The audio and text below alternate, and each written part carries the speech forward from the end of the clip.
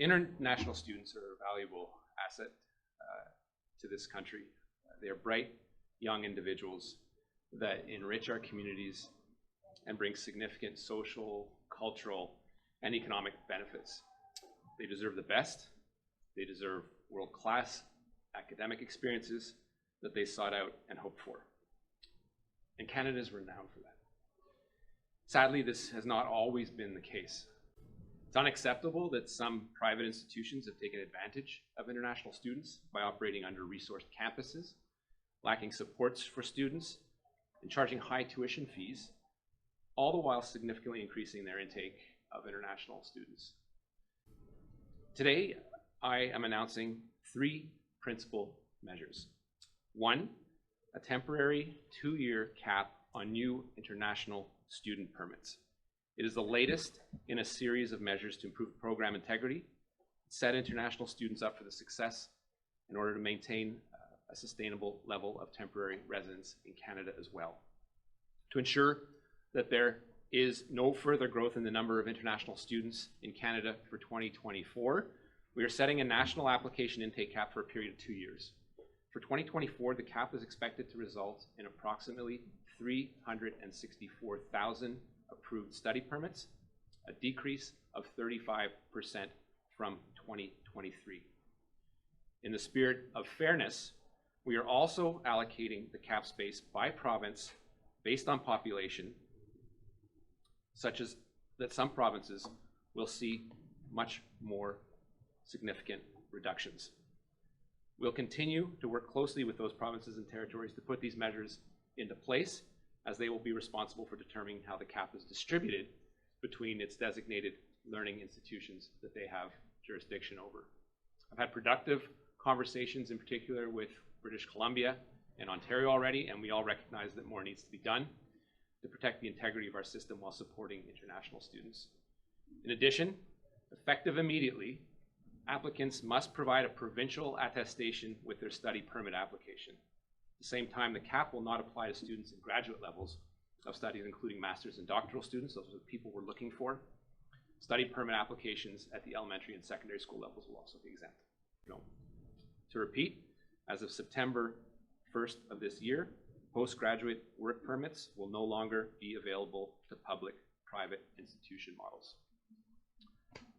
Thirdly, in the coming weeks, we'll be announcing that open work permits will only be allowed and be available to spouses of international students enrolled in master's and doctoral programs, as well as professional programs such as medicine and law. Spouses of international students enrolled in other levels of study, including undergraduate and college programs, will no longer be eligible. To be clear, the cap will not apply to applicants within Canada looking to extend their studies, as it wouldn't be fair to prevent someone from finishing the program, nor will the cap have an effect on study permit holders currently in Canada. These temporary measures will be in place for 2 years, and the number of new study permit applications that will be accepted in 2025 will be reassessed at the end of this year. To be absolutely clear, these measures are not against individual international students. They are to ensure that as future students arrive in Canada, they receive the quality of education that they signed up for and the hope that they were provided in their home countries. It would be a disservice to welcome international students in Canada knowing not all of them are getting the resources they need to succeed in Canada, and having them return home disillusioned and disappointed in Canada's education system. Allowing bad actors to continue their operations would be a disservice to all the good institutions who pride themselves in providing a top-tier academic experience. Thank you. Looking forward to the questions. Can you clarify, Minister?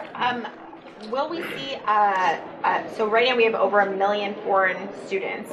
Are the measures you are unveiling today, does that mean there will be less students as of September, or is it that the increase will be slower? And how many students will we see by the end of this year in Canada? So you asked sort of 3 things, Marika. Permits are issued on a 3-year basis. So the 1 million number is the number of permits that have been issued over a 3-year period. Those people that are getting out of the 3-year programs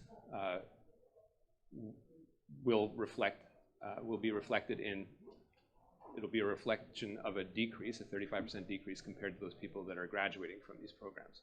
So the net intake will show that decrease of 35%. There's some room there to work with some of the provinces to make sure that they are actually decreasing. But what the cap actually does is twofold. It's a national cap, but it's spread out according by population by province. So some provinces will actually have some room to go up if they so choose, but the provinces that have been most heavily affected will have to decrease by about 50 and perhaps even a bit more than 50% when it comes to new incoming people. Avez-vous mesuré l'effet concret de cette nouvelle mesure-là sur la pénurie de logements qu'on vit actuellement au pays? Qu'est-ce que ça va changer? Aujourd'hui, ce n'est pas une annonce en logement. Je parle principalement d'une annonce d'un système de visa qui était désigné pour avoir des gens qui sont très intelligents, des jeunes pour venir ici pour étudier dans le domaine postsecondaire. Évidemment, on sait qu'avec le volume dans certaines provinces, dans certaines villes, il y a eu un impact sur le logement, c'est clair. La diminution du volume va avoir un impact sur les loyers principalement, mais ce n'est pas le cas que du jour au lendemain, les prix et l'abordabilité vont être réglés à cause du fait qu'on a réglé ou qu'on a diminué le nombre d'étudiants internationaux qui s'en viennent au Canada. C'est un élément, ça a un impact, mais l'impact, puis le motif principal aujourd'hui, c'est d'enrayer un système qui a perdu le contrôle. Monsieur Miller, Joël Denis. Au Québec, on fait les choses un peu différemment. Quel est l'impact de cette annonce sur le Québec? Comment ça va affecter le Québec? Le cap s'applique au Québec, mais il reste qu'au Québec, il y a il y a de la place. Et le Québec, en théorie, aura la capacité d'augmenter. Ce sera le cas aussi pour les territoires. Pour l'Alberta et la Saskatchewan. Vous avez juste à prendre les chiffres que j'ai cités aujourd'hui, sortez vos calculatrices, puis regardez les populations dans les provinces pour voir un peu où le problème réside. Mais c'est clair qu'en ce qui a trait aux chiffres, c'est disproportionné dans certaines provinces, dont la Nouvelle-Écosse, au Nouveau-Brunswick, en Ontario, puis en Colombie-Britannique. Monsieur Miller, est-ce que... The provinces have not responded to you the way they expected? I'd say a couple of things. Clearly, there has not been action as quickly as we wanted it to be taken. We first and foremost wanted to address the matters that were within pretty much exclusive federal jurisdiction, which are fraud, the integrity of the intake system, verification of offer letters, the putting into place of a recognized institution model, which we did in the fall. And we warned provinces throughout the fall that they needed to start taking measures. I had a very productive conversation with Minister Selena Robinson on Friday about the work that they are I'm not going to scoop her, but the work that they are doing in British Columbia to attack this. We don't want to trip over each other, so we're going to work with them. If we get it wrong, we'll fix it with them, and if they get it wrong, we'll be talking about that as well. But we want to coordinate our activities because it is an area of shared jurisdiction. And when it comes to making sure that these institutions are actually what they say they are and not sort of fly-by-night operations and backdoor entries into Canada, that's something that provinces have a huge role in playing. I spoke to Ontario as well with Minister Jill Dunlop. It was a good conversation, but clearly they have some work to do, but we're willing to work with them. It was, again, as well, a productive conversation. They just don't have the measures in place that, for example, British Columbia is putting into place. Monsieur Miller, est-ce qu'on peut vous entendre, Monsieur Miller? What types for Ontario? The impact on Ontario, can you specify that? And then also what type of... Well, we're working with them, but it'll be approximately 50% reduction. Monsieur Miller, est-ce qu'on peut vous entendre sur la lettre de Monsieur Legault qui vous demande au gouvernement fédéral de prendre des mesures pour encadrer les migrants, l'arrivée au Canada des migrants, entre autres les migrants mexicains, en exigence de visa? Est-ce que c'est dans vos cartons de faire ça? Ben, c'est clair qu'on regarde les mesures qu'on peut prendre comme pays pour assurer qu'on fait notre travail. En ce qui a trait aux demandeurs d'asile qui viennent, peu importe d'où ils viennent, mais du Mexique, on a vu un flux énorme de gens qui s'en viennent du Mexique et puis qui réclament le statut d'asile avec le résultat qui est bien en deçà des moyennes qu'on voit avec les autres demandeurs d'asile. Alors, c'est clair qu'un tour de vis s'impose. Est-ce que c'est un quart de tour, un demi-tour, 2 tours? C'est à déterminer. Vous avez entendu le ministre Leblanc en fin de semaine qu'on est en train encore de réfléchir sur l'approche à prendre et la décision à prendre. Je n'ai rien de public à vous dévoiler aujourd'hui. Sachez aussi, quand on parle du Mexique, que c'est un de nos partenaires économiques principaux, puis qu'une démarche diplomatique s'impose, et c'est une démarche qui n'est pas encore complétée. Sure. Look, it's clear that we've seen increased volumes ever since we removed the visa at the beginning of our mandate. That has come with some economic benefit as well, so we shouldn't deny that. Mexico is one of our principal economic partners, so any measures that we would take, would contemplate, require a diplomatic process that is not yet completed. We certainly, it doesn't translate as well into English, but I said we certainly need to turn the screws a bit, whether it's a quarter turn or a full turn. It's something that's still being determined. Something I can't share with you publicly, but know that we are not trying to be opaque, but when we take these measures, it's not something that we can necessarily discuss publicly, because there are some bad actors that don't have the best interests of Canada at heart that will game the system. So we acknowledge the problem, we acknowledge that Canada has to take action, but there's some work left to do. In 2 years, after these measures expire, how are you hoping that the world will be different? What's going to happen in the meantime? Well, look, we've got 2 years to actually get the ship in order. It's a bit of a mess, and it's time to rein it in. So this is something we will, these are, even though we've put a lot of thought into this, these are still pretty much blunt measures from the federal government. We're playing with taps that we're turning on and turning off and allocating between province. So did we get it right? We'll see. But we need to work with provinces in the meantime to make sure that they are doing their jobs. There have been provincial auditor general reports that have laid out in much more detail than I could lay out to you here today the measures need to be taken to make sure that this is a system that has some integrity to it. It is not the intention of this program to have sham commerce degrees or business degrees that are sitting on top of a massage parlor that someone doesn't even go to, and then they come into the province and drive an Uber. If you need a dedicated channel for Uber drivers in Canada, I can design that, but that isn't the intention of an international student program. So this is something we need to rein in. They exist, those institutions need to be shut down, and it's up to the provinces to do it. 17% aren't actually registered? Institutions, though, is your government concerned about the economic impact this will have on public universities and colleges? We are, absolutely. This has been very, very lucrative, and it's certainly something that private colleges have made a lot of money out of. Again, I'm not the Minister of Post-Secondary Education underfunding. I'm the Minister of Immigration, and clearly in the last decade or so, even longer, post-secondary institutions in Canada have been underfunded by provinces. And these institutions are smart, and they've gone and they've seen that they can get tuition fees that are 4 or 5 times more than what my kids pay at McGill or Acadia. And they've made money off it. They haven't necessarily provided the student experience that was promised to these people that brought in.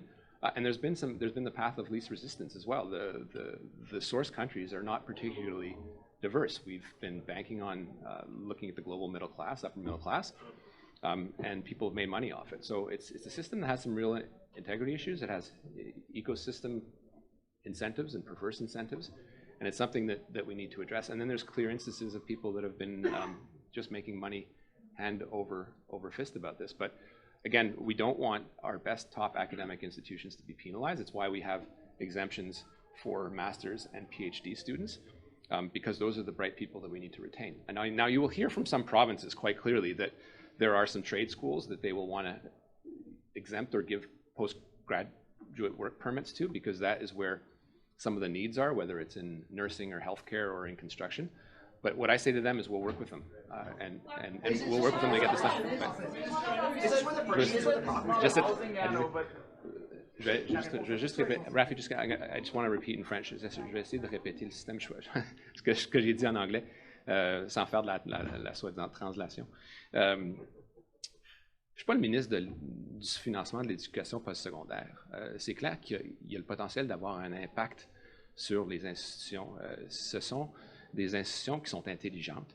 Ils savent qu'ils peuvent avoir des frais de scolarité qui sont 4-5 fois plus hautes que ce que mes enfants payent à McGill ou à Acadia. Et puis ont agi en conséquence, donc ils ont renfloué les coffres. Et c'est clair que depuis au-delà d'une décennie, les provinces sous-financent l'éducation postsecondaire à travers le Canada. D'autres, plus que certaines provinces plus que d'autres.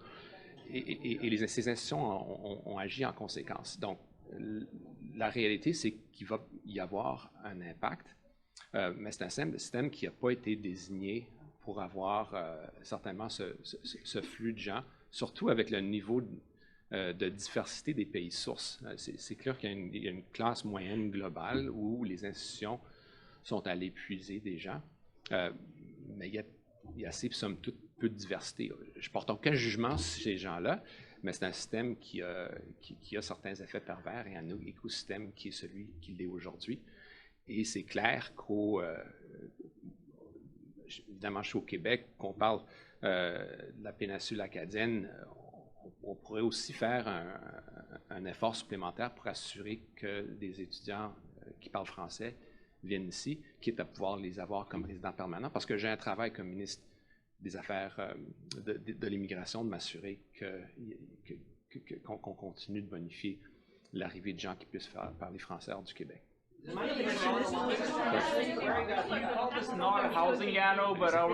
précisément, sur ces institutions post-secondaires qui sont finalement des coquilles vides. Je n'ai pas bien compris comment les mesures que vous annoncez aujourd'hui vont vraiment permettre de faire en sorte qu'elles soient visées et peut-être même qu'elles puissent mourir de l'environnement finalement.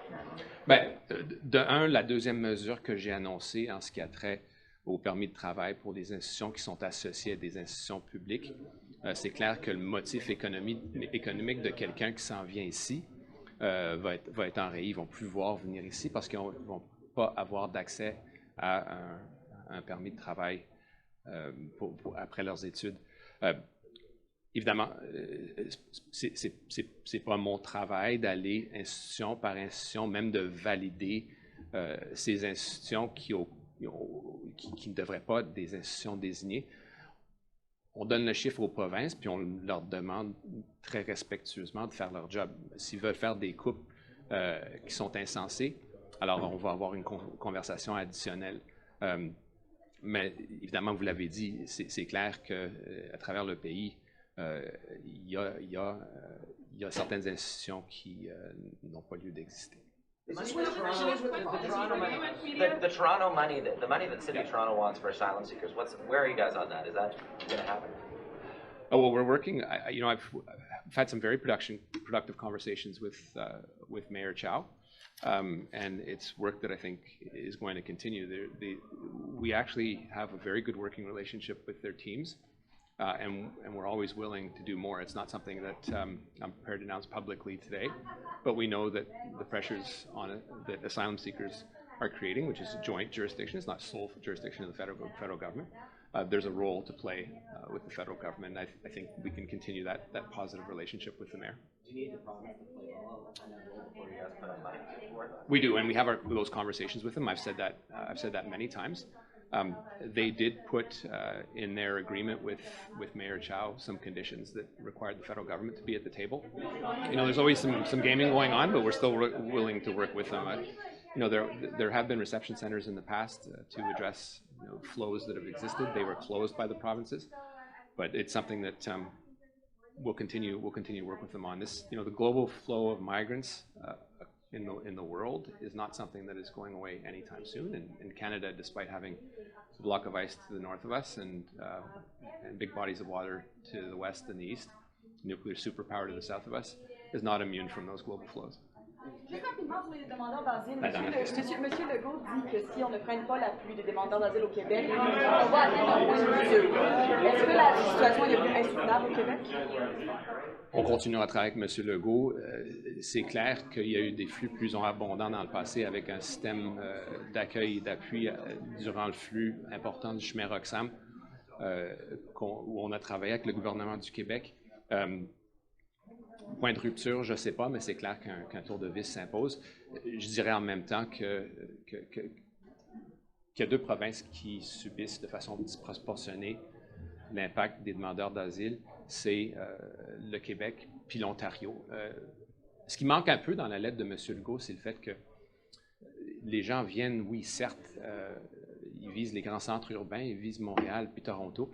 Mais ce qu'on mesure moins, c'est le flux de gens qui viennent à travers la frontière ou qui viennent à l'aéroport de Trudeau puis qui passent à l'Ontario. C'est pas mesurable, mais c'est visible parce qu'on les demande parfois, puis on le sait.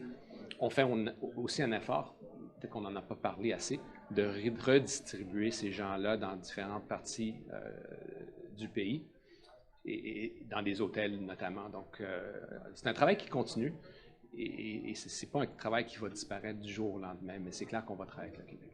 Merci.